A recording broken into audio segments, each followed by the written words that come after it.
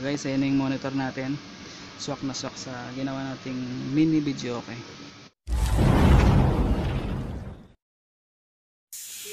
Hello guys, today mag-unboxing tayo ng Ace LED TV 22 inches. So tara, buksan na natin to.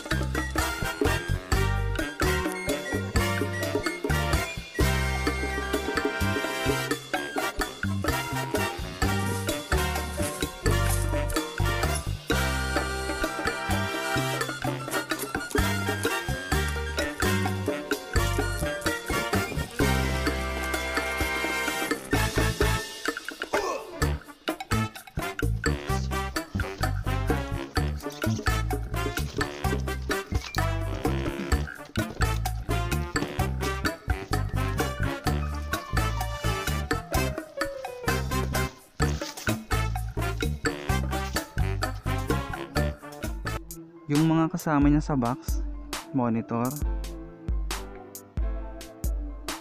dalawang stand, remote control, manual, may kasamang screw, at na AA battery. Bali yun lang yung mga inclusion niya sa box. Walang kasamang wall mount.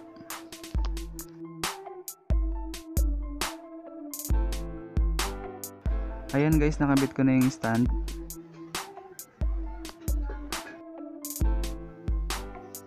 Ngayon tetestingin ko na siya. Kakabitan ko ng TV Plus kasi wala naman siyang kasamang antena.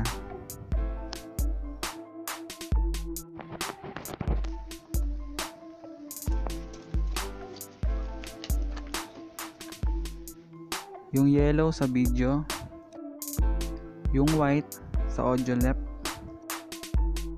yung red sa audio right. Ito yung mga port niya sa likod.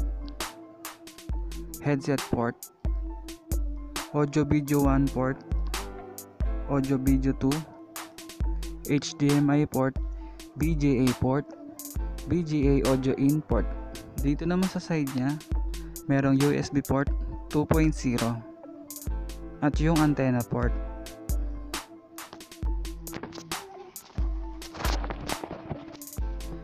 Ilalagay ko na ngayon yung battery sa remote.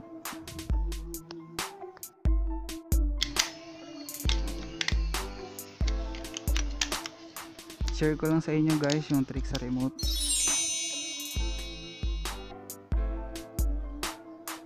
Para malaman kung ayos ang remote, kumuha ka ng cellphone tapos itapat mo yung camera and then pumindot ka sa remote. Makikita mo may ilaw. Pag umilaw, ibig sabihin ayos yung remote. Ipa-power on ko na siya. Sana hindi defective. Sana bumukas. Yun, bumukas. Yahoo!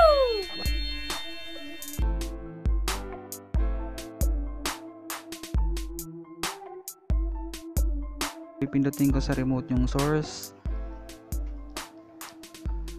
Tapos pipiliin ko yung AV1.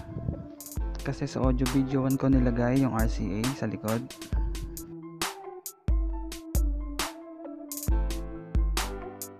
So ayan, malinaw siya. Maganda yung kulay niya. Tinanggal ko yung sounds kasi mahirap na, baka makapirate tayo ni YT.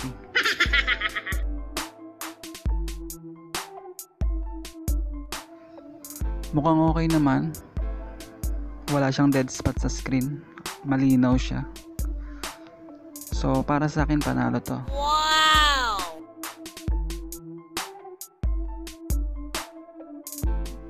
22 inches kasi swak siya dun sa mini videoke na ginagawa ko. Kasi pag 32 inches yung binili, hindi na siya swak. Lalagpas na yung paa niya sa ginagawa ko mini videoke.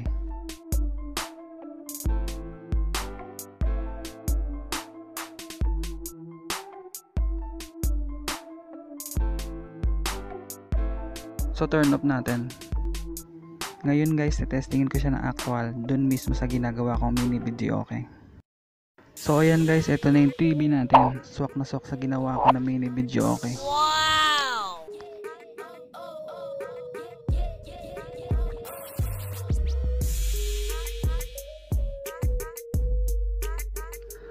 Sana guys nagustuhan nyo ang unboxing video ko na to.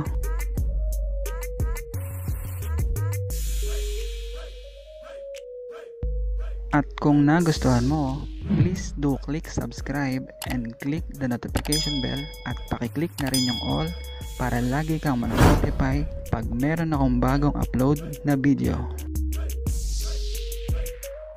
Thank you guys!